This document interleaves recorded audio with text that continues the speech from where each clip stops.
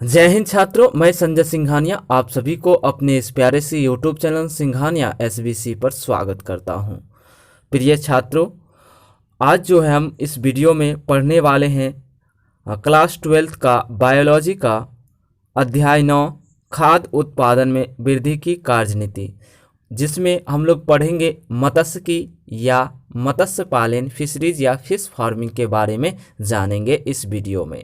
तो चलते हैं, वीडियो को शुरू करते हैं। वीडियो शुरू करने से पहले अगर आप मेरे इस चैनल पर नए होंगे तो प्लीज़ मेरे इस चैनल को सब्सक्राइब कर लें। चलते हैं, इस वीडियो को शुरू करते हैं।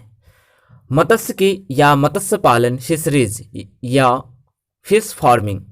मछली पालन को हम लोग मत्स्य पालन या पीसी कल्चर कहते हैं। मछली पालन को क्या कहा जाता है? पीसी कल्चर कहा जाता है। दूसरा पॉइंट हमने लिखे हैं कि मत्स्य की एक प्रकार का उद्योग है जिसका संबंध मछली तथा अन्य जलीय जीव को पकड़ना, उनका प्रसंस्करण तथा उन्हें बेचने से होता है। मत्स्य की क्या है? एक प्रकार का भी उद्योग बन चुका है जिसका संबंध क्या है? मछली अथवा अन्य जलीय जीवों को पकड़ना और उनका प्रसंस्करण करना तथा उन्हें बेचने से होता है। आइए कुछ हम लोग समुद्री मछलियों के बारे में जानते हैं।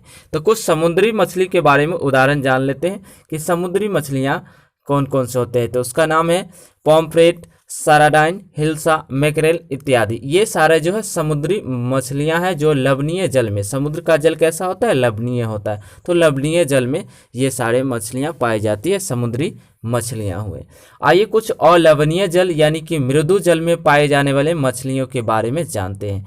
तो उनका नाम है कतला, रेहू, टेंगरा, गरई, सिंगी, गोल्डन इत्यादि। ये सारे क्या है? अलवणीय जल में पाए जाने वाले मछलियां हैं। इन सभी उदाहरणों को आप अच्छे से कंठस्थ कर लें, क्योंकि यह जो उदाहरण जो आप लोग को जो है एग्जाम, बोर्ड के एग्जामों में जो है ऑब्जेक्टिव में पूछी जाती है कि यह लवणीय जल में पाई जाने वाली है या अलवणीय जल में पाई जाने वाली मछलियाँ हैं।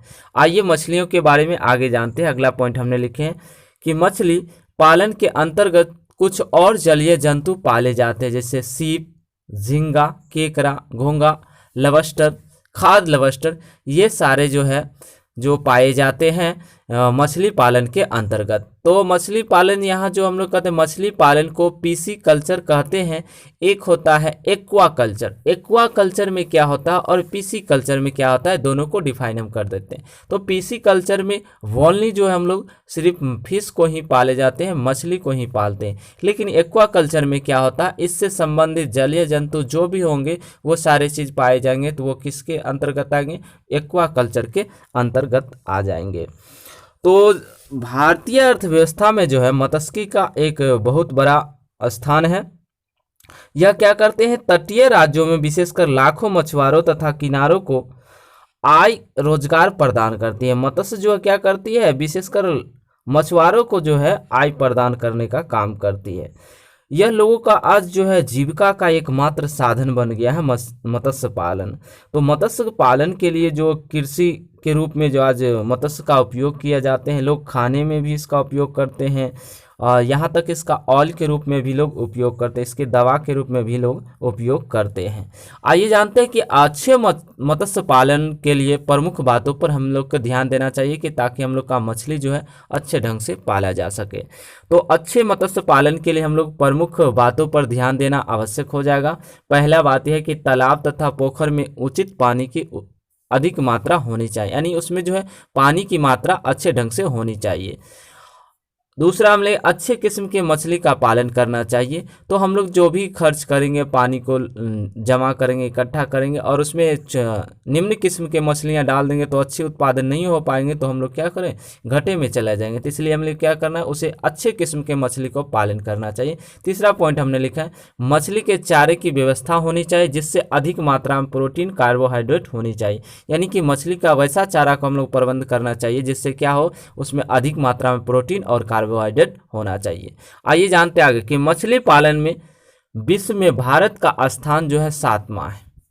तो मछली पालन में विश्व में भारत का स्थान क्या है? 7वां स्थान है। ये भी ऑब्जेक्टिव में पूछी जाती है। नीली क्रांति, भारत में मछली उत्पादन बढ़ाने का प्रयास किया है। यह नीली क्रांति क्या है आप लोग को बता देते हैं कि नीली क्रांति आखिर क्या। एक क्वेश्चन इससे पूछी जाती है, उसके बाद हम बताते हैं नीली क्रांति क्या होती है। तो क्वेश्चन पूछा जाए कि नीली क्रांति किससे संबंधित है, तो आपको याद रखना है मछली उत्पादन से नीली क्रांति संबंधित है। तो हमारा देश का जनसंख्या दिन प्रतिदिन क्या है? बढ़ती जा रही है, और इसमें एकमात्र क्या साधन है? या तो हम जनसंख्या कम करें या तो क्या करें, कुछ खाद्य सोर्सेस में वृद्धि करें। तो उसमें क्या होगा कि जैसे खाद्य सोर्सेस में वृद्धि करें तो जलीय जंतु को भी खाने के लोग उपयोग में लाने लगा।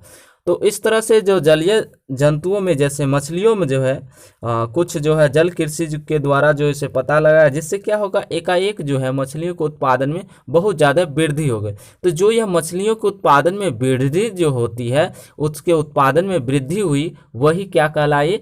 नीली क्रांति कहलाई। तो नीली क्रांति आई होप आप लोग समझ गए होंगे। तो नीली क्रांति क्या है? मत्स्य उत्पादन में वृद्धि जो एकाएक आया, उसी को हम लोग क्या कहते हैं? नीली क्रांति कहते हैं। तो नीली क्रांति किससे संबंधित है? मत्स्य उत्पादन से, यानी मछली उत्पादन से नीली क्रांति संबंधित है।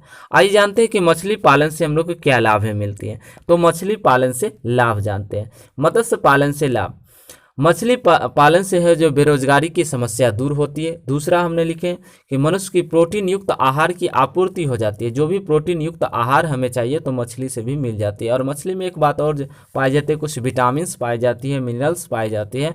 वो विटामिन पाए जाते हैं ए, डी, ई और सी। याद रखिएगा, ए, डी, ई और सी, ये विटामिन जो है मछलियों में पाई जाती है। उससे जो है उसके किस लीवर से जो है, जैसे शार्क हो गया, सॉ फिश हो गया, इसके लीवर से जो है फिश का जो है ऑयल निकाला जाता है, यानी तेल निकाली जाती है।